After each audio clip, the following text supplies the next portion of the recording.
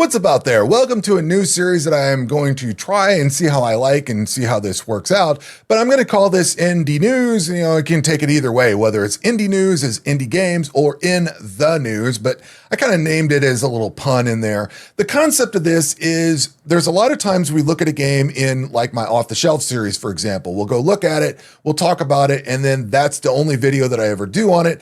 There is a lot of news that comes out. I see my Steam feeds just constantly inundated with stuff. So the concept of this video is to do a number of different things. So we can look at major game updates like Titan Quest 2's got a big update. That's the first thing we're going to talk about. But then any kind of new demo releases, new games into early access, new games that are coming out into release, events that are coming up, a lot of those kinds of things. So that's pretty much what I anticipate this series to look like, is just to be kind of a talking point for some of the news that comes out. And I don't want to be like headline news or anything like that. I don't anticipate this to be any kind of weekly, or I anticipate this to be a regular series, but not necessarily weekly. You know, every couple weeks or so, something like that. We'll pile some news together, things that are worth talking about, and then do a video like this. So let's dive into this. And the first thing we're going to start off with is the Titan Quest 2 roadmap. If you did not see it, we got a roadmap.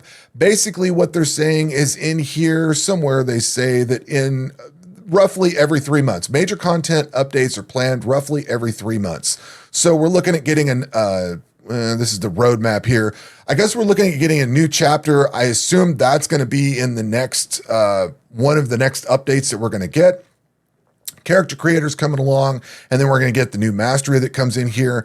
And then over on this side, they've for future updates in 2026. I presume this new chapter will be out by the end of the year based on the way this thing looks. And then coming in 2026, they're talking about new chapters, new items, new enemies, bosses, quests, masteries. They say masteries, so we're going to get more than one. We're eventually going to get crafting, improved multiplayer, German, Chinese, and additional languages and more. So very cool to see this. Also very cool, they put a post on here somewhere that they said over here, they sold 300,000 copies of Titan Quest. I could not be happier to see that, because Titan Quest 2 has been a really cool experience in my opinion.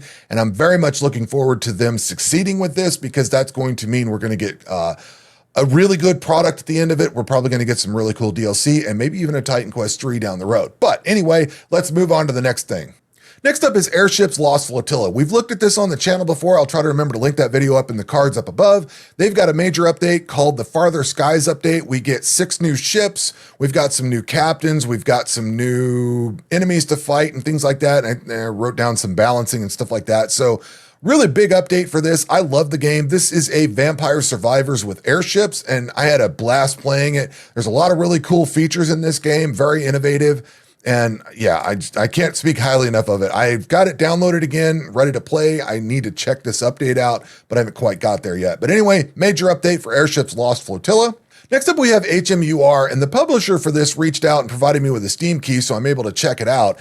But this is described as something like Dusk or Viscera Fest, I think they used as an example. I think this is more like Super Meat Boy or something like that. You can't get hit. If you get hit, you die. So you have to not take damage. But it's like, and that's why I say it's more of an FPS version of like Super Meat Boy. So there's this combat puzzle that you have to work out. You've got all these enemies, as you can see on the screen here.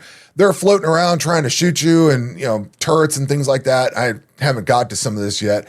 I need to do a video for this one, but I tend to like to do videos when they have an actual release date, and this one doesn't quite yet. But I've gone through, I don't know, 3 or 4 of the levels on this. Very cool game. I've very much enjoyed it, and I definitely recommend it. This looks like it's going to be pretty cool whenever it gets released. I'm not sure how long it is. I've not actually spent much time playing it. A lot of what you play ends up being, you have to redo things over and over again because you die and then you have to start over. But very cool game, something to keep in mind, or keep on your wish list if you're interested in it. And we will move on to the next one. Next up are a couple of games that have just released or are releasing very soon as of the time of this recording. The first up is Mining Survivors. This is a Vampire Survivors style game. You know it, you've played this kind of thing before. Very cool game. I got to check this one out before it released months and months ago. I loved it. I thought it was really cool.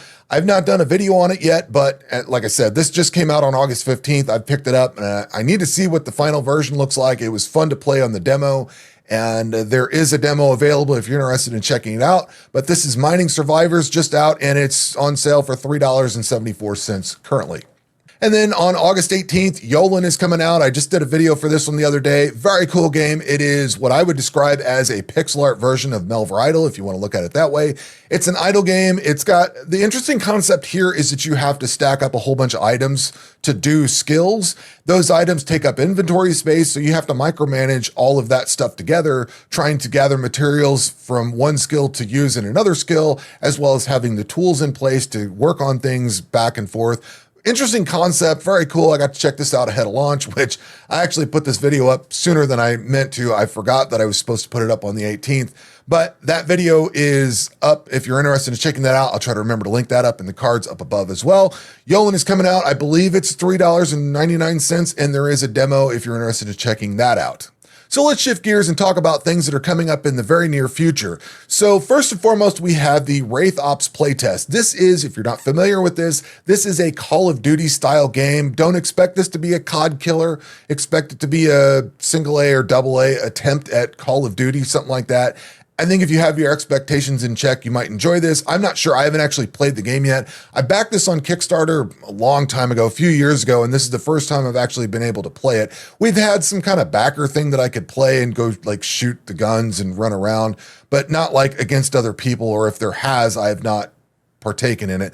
But anyway, you have the opportunity to follow Twitch streamers and get Twitch drops from the 18th to the 25th. If you just want to check it out and wait for the access to start, there is a Steam public access available August 21st to 25th. It's interesting that this is following the Battlefield beta weekends, because I think that's going to be a sharp contrast. It might have been good to wait another week or so and not have people coming fresh off a Battlefield, but we'll see how this goes.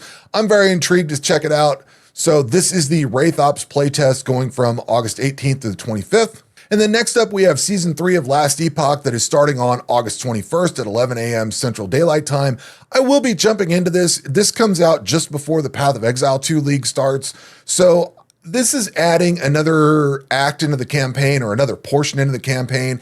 I think I wasn't necessarily going to jump into Last Epoch again for a while, but they're adding more to the story. So I think what I want to do on this go around is play the story and focus in on the campaign itself, try to follow the story along and see what they're adding to it. Because I've played this through, I don't know, a few different times, but being that they're adding some campaign focus to it, maybe I'll try to follow in on that. I don't particularly like the end game on this, so if I play this, it's just going to be to run through the campaign and check that out. But Season 3 is coming out on Thursday, August 21st at 11 a.m. And speaking of Path of Exile 2, we've got the live stream coming on August 20th for 0.30. And then on August 29th, we get the actual league start. If I'm being perfectly honest, I'm about as excited for PoE 2 as I am for Last Epoch. I'm going to play through them. I'll do whatever we get in the campaign. It's rumblings that we're going to get Act 4. Hopefully we get 4, 5, and 6 and just get the rest of the campaign.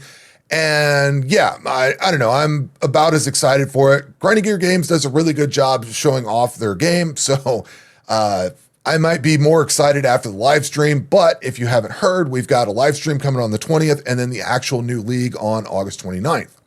And then to close this out, we're going to talk about Still in the Fading World's new Kickstarter page. The Kickstarter is not live, but they've got a Kickstarter page up. You can wish list or favorite or whatever it is over there on Kickstarter. Now, this is, if you're not familiar with Still in the Fading World, I'll try to remember to link the video that I looked at the demo for this on. Developers reached out, asked if I was interested in it, provided me with a key for it, and I was able to check out the demo in advance of it coming out. But this is pretty much an MMO style game, but it's not an MMO. It's you facing MMO style bosses with all their AoE effects and everything like that. Looks very cool, very promising, very interesting take on that kind of a game. So you're playing the boss fights of an MMO. There are, trash mobs and stuff like that around to go get to the boss.